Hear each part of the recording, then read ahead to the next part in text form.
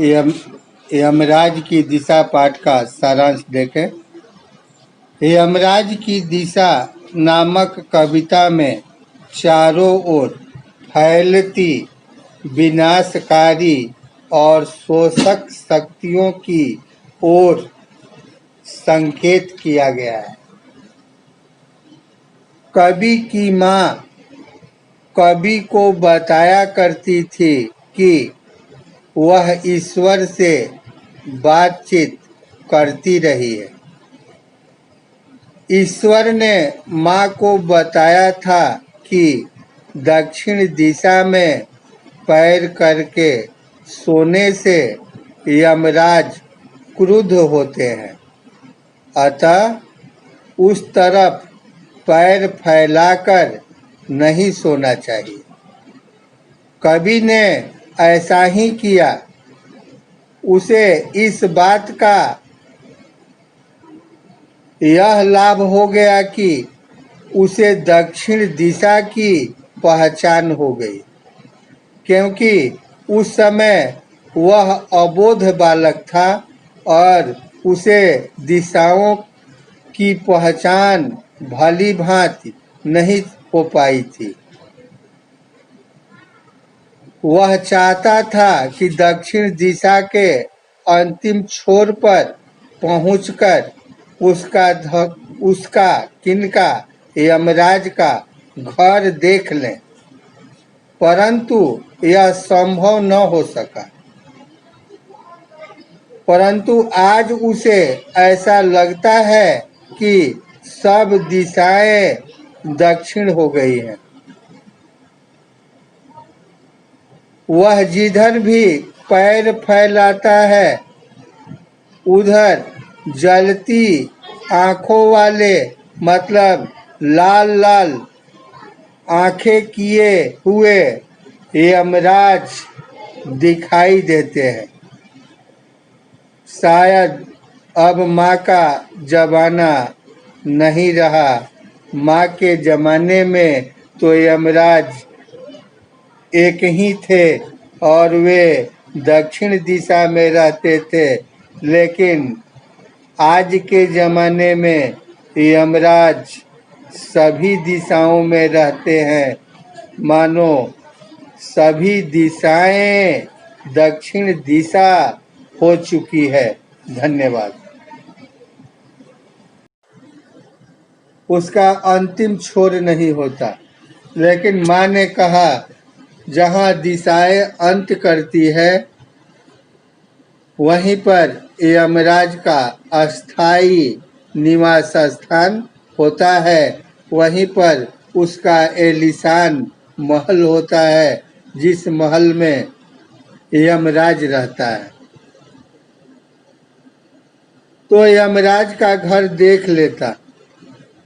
यदि कभी सोचा कि दिशाओं का अंत होता तो मैं यमराज का घर जरूर देख लेता, लेकिन बहुत दूर जाने के बाद, बहुत कोशिश करने के बाद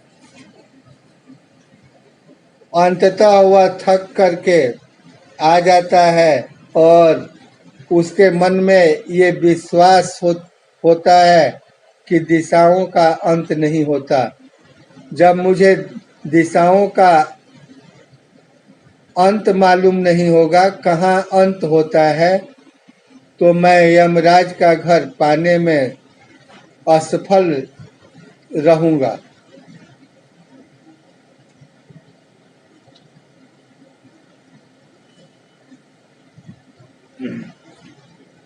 पर आज जिधर भी पैर करके सो वहीं दक्षिण दिशा हो जाती है। पहले में और आज में जब माँ थी उस समय दक्षिण दिशा के अंत में यमराज का घर होता था, लेकिन आज माँ नहीं है।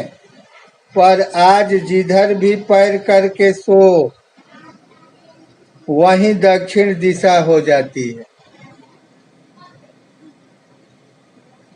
पहले एक निश्चित क्षेत्र में निश्चित तरफ में पैर करने पर दक्षिण दिशा होती थी, लेकिन आज जिधर भी पैर करके सो उधर दक्षिण दिशा हो जाती है। आप पूरब के तरफ पैर करके सोए हैं तो वह पूरब दिशा भी दक्षिण हो जाता है। उत्तर के तरफ किए हैं तो उत्तर दिशा भी दक्षिण हो जाता है। पश्चिम में पैर करके सोए हैं या दक्षिण में पैर करके सोए हैं तो वह दिशाएं दक्षिण हो जाती है। सभी दिशाओं में यमराज के आलीशान महल है। आपके घर के पूरब, पश्चिम, उत्तर, दक्षिण जिधर भी आलीशान महल मिलता है वह आलीशान महल किनका है? यमराज का है। क्योंकि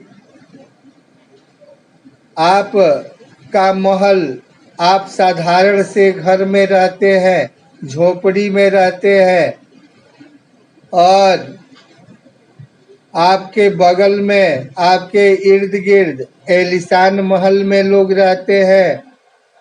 कैसे रहते हैं? उनका आलीशान महल कैसे बन गया? वे पूंजीपति है, पूंजीपति है, लोगों का शोषण करते हैं। हम लोग, आप शोषित हैं। सामान्य जनों का शोषण करके, सामान्य जनों को खोखले करके उनका हक, उनका अंश मार करके, नाजायज कामों को करके पूंजीपति हो गए और वही पूंजीपति यमराज के रूप में नजर आते हैं।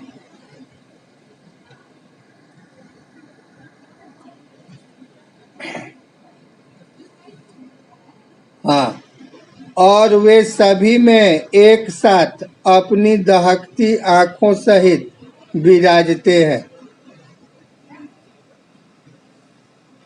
यमराज तो एक हैं, लेकिन मानो एक ही यमराज सब घरों में नजर आते हैं। उनकी आंखें लाल, भयावह, मानो जल रही हों। अंगारे उनकी आंखों से निकल रहे हों। ऐसे आंखों वाले जो महलों में उपस्थित नजर आते हैं वे कौन हैं? वे ही यमराज हैं। माँ अब नहीं है और यमराज की दिशा भी वह नहीं रही जो माँ जानती थी। समय के अनुसार सब कुछ बदल जाता है। आज माँ नहीं है।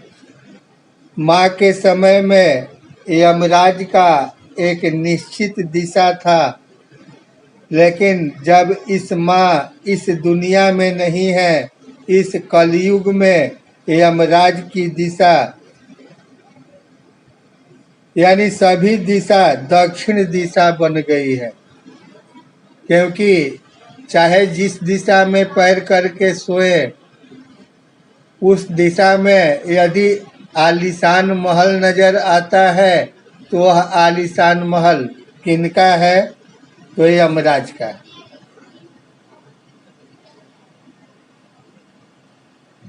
स्पष्ट शब्दों में कवि कहता है, मेरी माँ के समय की स्थितियों में और आज की स्थिति में काफ़ी अंतर आ चुका है। आज दक्षिण दिशा का अर्थ केवल वही नहीं रहा जो कि एक दिशा तक सीमित था। अब उसका विस्तार हो चुका है। अब जहाँ भी देखो दक्षिण दिशा छा गई है। मनुष्य जिधर भी पैर करके सोता है वहीं दक्षिण दिशा दिखाई देने लगती है। सभी दिशाओं में यमराज ने अपने शानदार महल बना लिए हैं। उन सभी में दहकती आंखों वाले यमराज बैठे हैं जो मनुष्य को खा जाने के लिए तैयार है।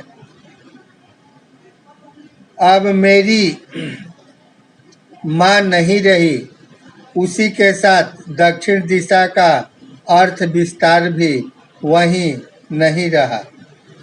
जिसे माँ जानती थी, इस नए युग में दक्षिण दिशा अर्थात यमराज का घर अर्थात शोषण और विनाश की शक्तियां सब ओर साम्राज्य फैला चुकी है।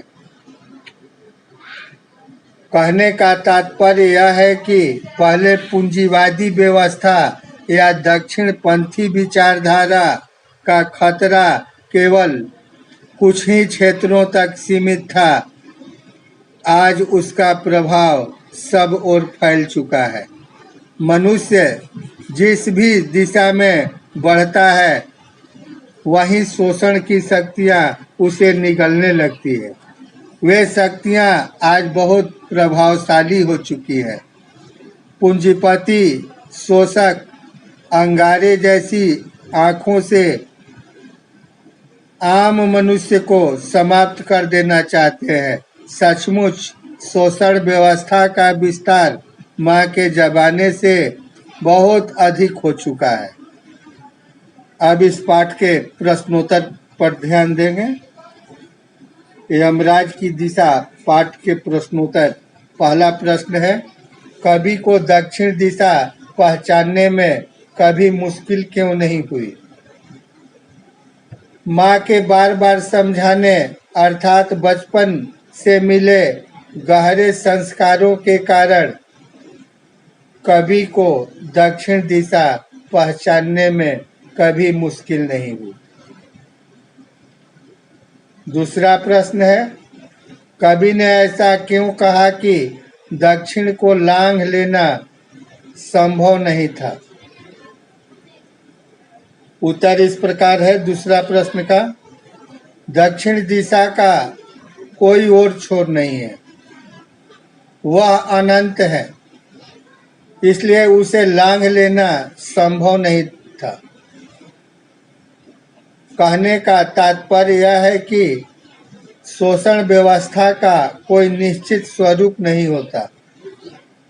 यह मनोभावना नए नए रूप धारण करती हैं और अमर रहती हैं, इसलिए कोई हमेशा हमेशा के लिए इससे मुक्त नहीं हो सकता।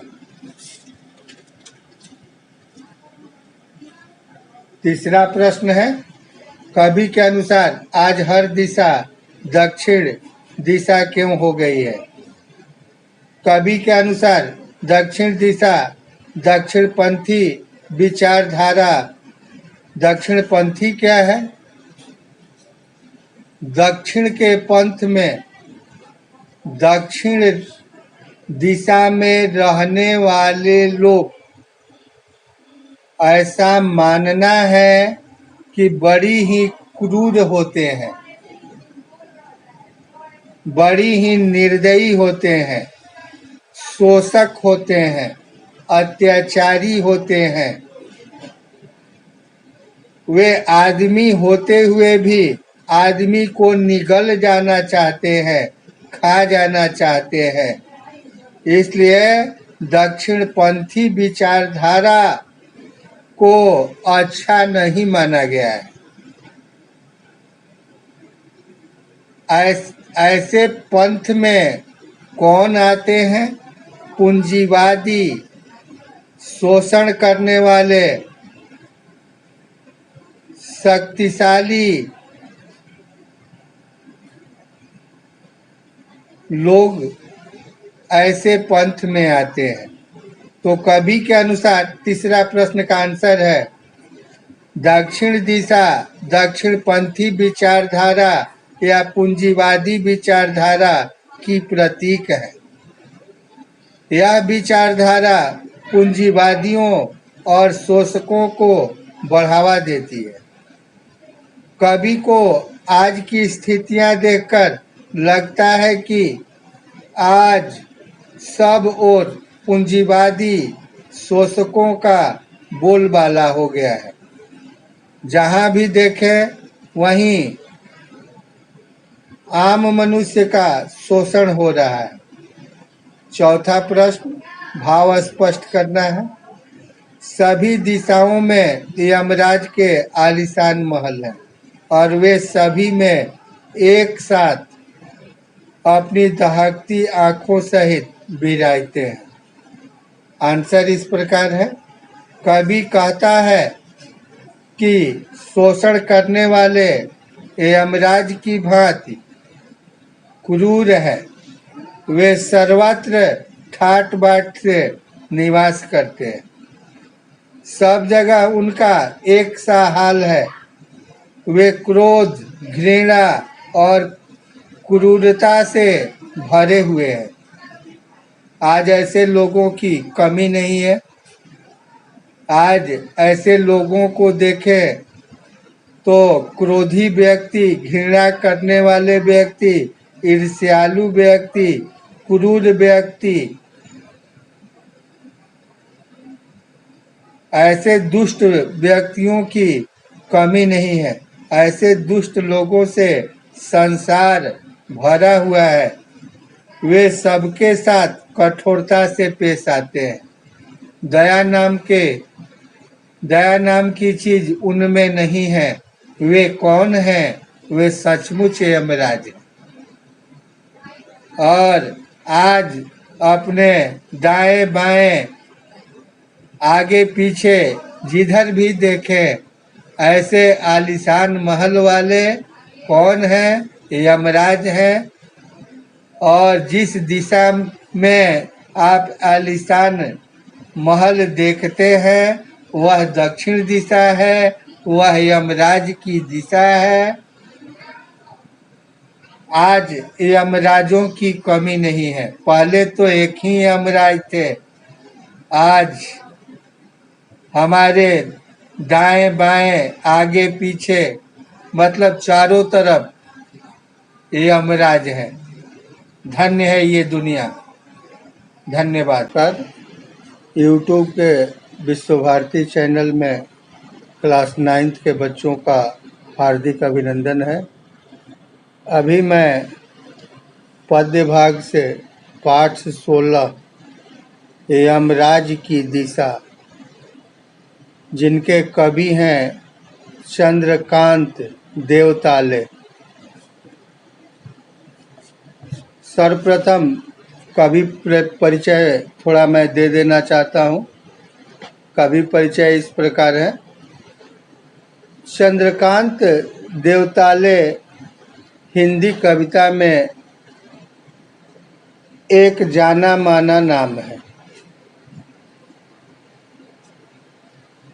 उनकी भाषा शैली अत्यंत सरल और सुगम है।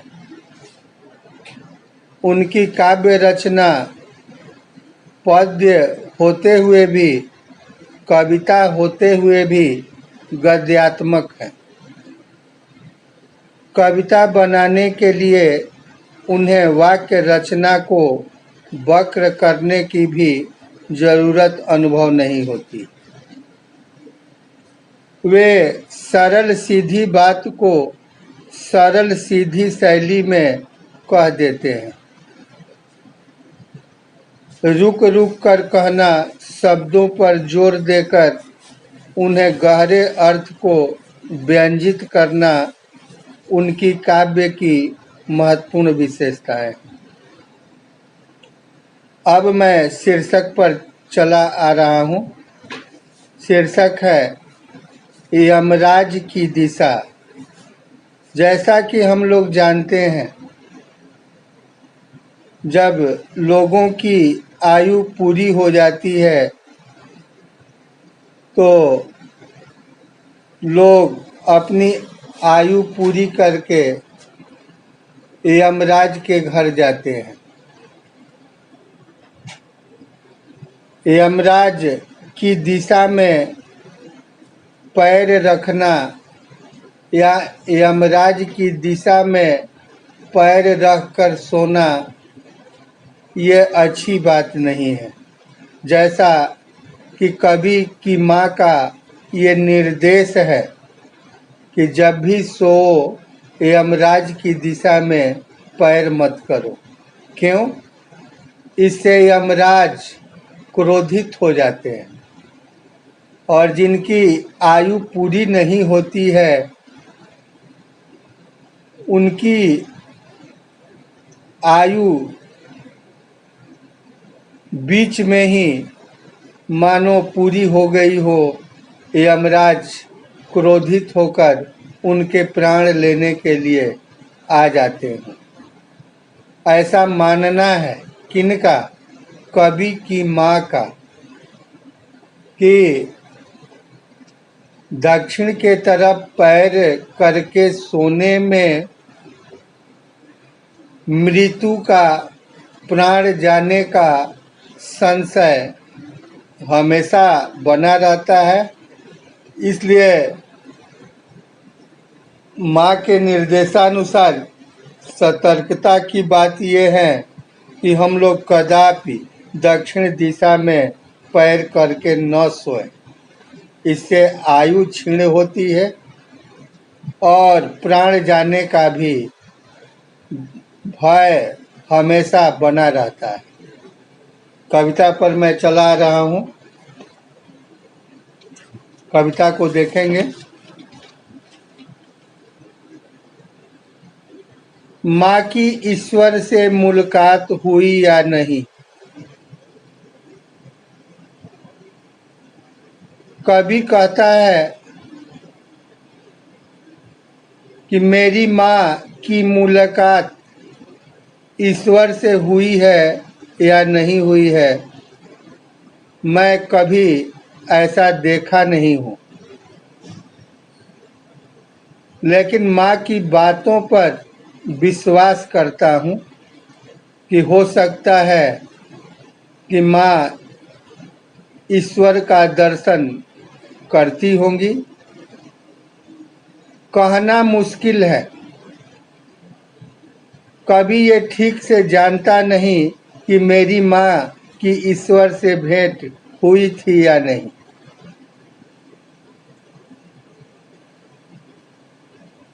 पर वह जताती थी जैसे ईश्वर से उसकी बातचीत होती रहती है, लेकिन वह हमेशा बताती थी कि वे ईश्वर से समय समय पर बातचीत करते रहती है और उससे प्राप्त सलाहों के अनुसार बातचीत करने के क्रम में ईश्वर माँ को जो सलाह देते हैं उस सलाह के अनुसार वे जिंदगी जीती है,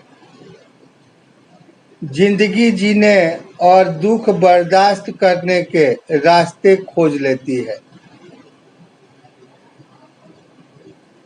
ईश्वर के निर्देशानुसार वे जिंदगी जीती है और दुख को बर्दाश्त करती है, सहन करती है कि कष्ट को कैसे सहा जाता है, क्योंकि जीवन में दुख और सुख तो हमेशा आया ही करते हैं। उसका वे रास्ता खोज लेती है।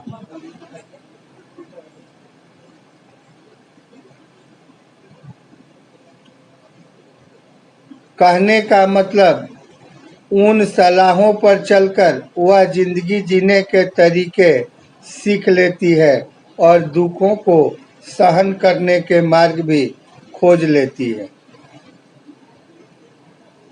माँ ने एक बार मुझसे कहा था, किन से?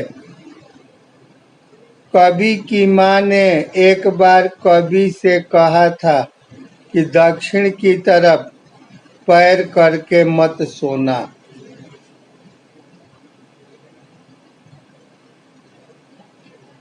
ऊपर वाले अंतरा में हमें क्या देखने को मिला? हमें ऊपर वाले अंतरा में हमें देखने को यही मिला कि माँ के कथनानुसार माँ का दर्शन ईश्वर से समय समय पर होता है। वे ईश्वर से बातचीत भी करती है और बातचीत करने के क्रम में ईश्वर उचित सलाहों से माँ को अवगत कराते हैं। उन्हीं के निर्देशानुसार माँ जिंदगी जीती है और उन पर आए हुए दुख का वह सहन करती है, रास्ते खोज लेती है। इसके आगे अंतरा क्या है, ध्यान देंगे। माँ ने एक बार मुझसे कहा था, दक्षिण की तरफ पैर करके मत सोना। वह मृत्यु की दिशा है और यमराज को क्रुद्ध करना बुद्धिमानी की बात नहीं। तब मैं छोटा था और मैंने यमराज के घर का पता पूछा था। उसने बताया था, तुम जहाँ भी हो वहाँ से हमेशा दक्षिण में। जब कभी छोटा थे उस समय उनकी माँ ने उनको ये बताया था क्या कि दक्षिण की तरफ पैर करके मत सोना। तुम अभी अबोध बालक हो, अभी से तुमको मैं सतर्क कर देना चाहती हूँ कि कभी भी दक्षिण के तरफ पैर करके मत सोना। वह मृत्यु की दिशा है। कहने का मतलब दक्षिण दिशा में यमराज रहते हैं। किसी बड़े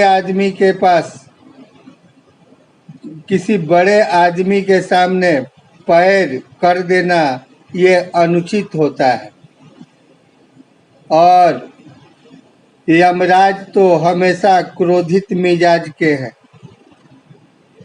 यदि उनके तरफ कभी भी किसी ने पैर किया तो वे अत्यंत क्रोधित हो जाते हैं।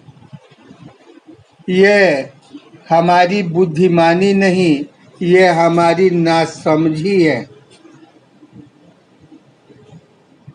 तब मैं छोटा था और मैंने यमराज के घर का पता पूछा था, क्योंकि एड्रेस तो सबका होता है। यमराज के घर का कभी एड्रेस पूछा था, किन से? अपनी माँ से, और उसने बताया था, तुम जहाँ भी हो, जैसे घर में या घर से बाहर या पेड़ के नीचे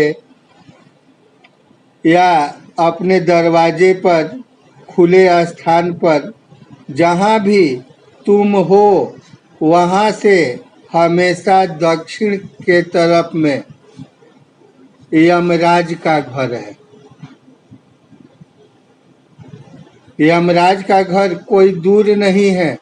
जहाँ भी सोते हैं, आपके सोने के स्थान से ठीक दक्षिण तरफ यमराज के घर का पता है। लेकिन कभी तो अबोध था, वह दक्षिण दिशा में निकल पड़ा। जाते जाते बहुत दूर चला गया, लेकिन कहीं भी उसे यमराज का घर नहीं मिला। वह थके मादे घर पहुंचा तो माँ ने पूछा, मैंने बहुत प्रयास किया लेकिन यमराज का घर मुझे नहीं मिला। तुम ठीक ठीक बताओ कि यमराज के घर का सही पता ठिकाना क्या है। तब माँ ने कहा कि इतने घबराने की बात नहीं है, तुम जिस स्थान पर हो, मान लीजिए अभी तुम घर में हो और घर में दक्षिण के तरफ पैर करके सोए हो, तो तुम्हारे घर से जिनका घर दक्षिण पड़ता है वही यमराज का घर है।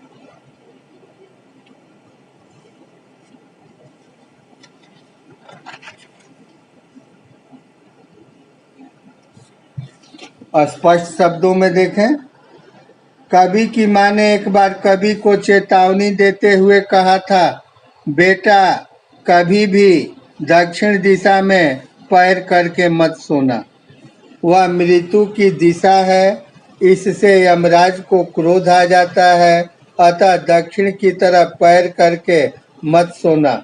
यमराज को क्रोधित करने में कोई समझदारी नहीं है। उन दिनों कवि छोटा था, उसने माँ से यमराज के घर का पता पूछा। माँ ने बताया, तुम जहाँ भी रहोगे वहाँ से जो दक्षिण दिशा होगी वही यमराज का घर होगा। नेक्स्ट अंतरा देखें। माँ की समझाइश के बाद दक्षिण दिशा में पैर करके मैं कभी नहीं सोया। ऐसे बड़े बुजुर्गों के आदेश का पालन करना चाहिए। जैसे कवि ने अपने माँ के आदेश का, निर्देश का हमेशा पालन करता रहा है। माँ ने जब बताया तब से कवि ने दक्षिण दिशा में कभी पैर करके नहीं सोया, और इससे इतना फायदा जरूर हुआ कि दक्षिण दिशा पहचानने में, इसके पहले कवि को दिशाओं का ज्ञान नहीं था, किधर पूरब, किधर पश्चिम, किधर उत्तर, किधर दक्षिण। अचानक कोई उससे पूछ दे तो वह बता नहीं पाता था, लेकिन जब एक दिशा का सही सही ज्ञान हो जाए तो उसके आधार पर सभी दिशाओं का पता चल जाता है। अब कभी भी कहीं भी कवि को दक्षिण दिशा पहचानने में कोई परेशानी नहीं होती। मुझे कभी मुश्किल का सामना नहीं करना पड़ा।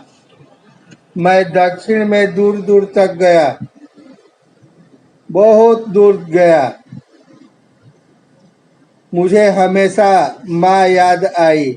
दक्षिण को लांघ लेना संभव नहीं था, क्योंकि किसी भी दिशाओं का अंत नहीं।